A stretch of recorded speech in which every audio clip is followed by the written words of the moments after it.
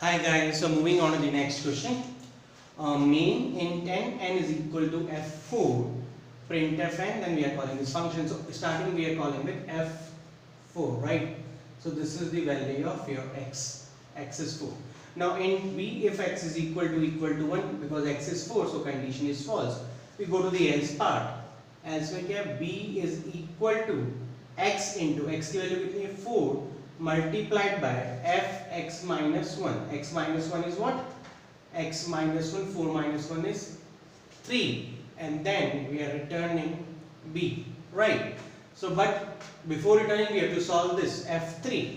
So when you call this f3, this x becomes 3, right? So when you again call 3 is equal to 1, condition false, again you go to the statement. So b is equal to this 4 into x value is 3 multiplied by f, 3 minus 1 is 2, and we are returning b, right? Now we'll solve this function. The value of x is 2 now. So b is equal to 4 into 3. When you call this f2, again this condition is false, so you come here 2 into f1.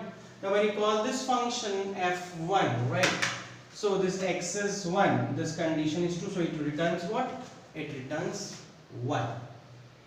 So it is 4 into 3 is 12, 12 into 2 is 24. So the value of b is now, it returns b what? It returns b, and the value of b is now 24. So it returns b 24. 24 is getting stored in this f4, and you are printing that n.